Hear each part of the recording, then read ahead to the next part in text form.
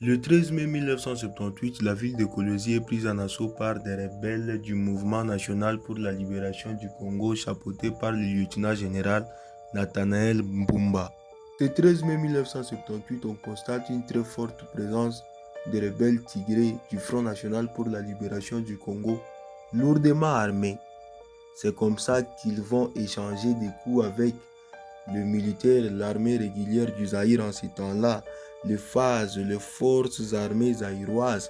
Ils vont échanger et les rebelles vont prendre les dessus sur l'armée régulière. 3 jours après, soit le 16 mai 1978, le président Mobutu appelle la France. De ce temps-là, du président Giscard. Il appelle les USA, il appelle la Belgique, il appelle le Maroc, question de venir l'aider.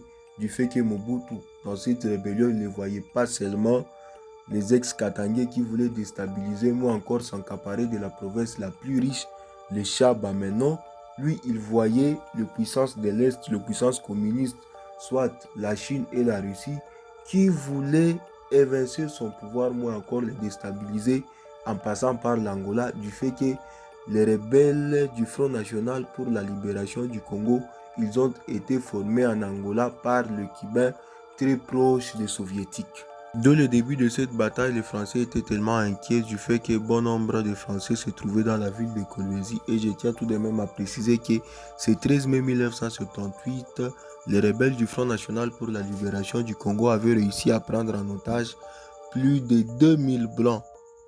Ils les avaient embarqués dans des caves.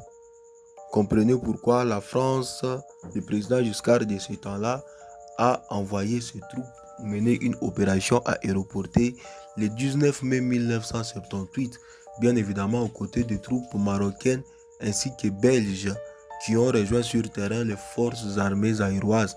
De face de ce temps-là, c'est comme ça qu'ensemble, ils vont gagner devant les rebelles du Front national pour la libération du Congo le 21 mai 1978.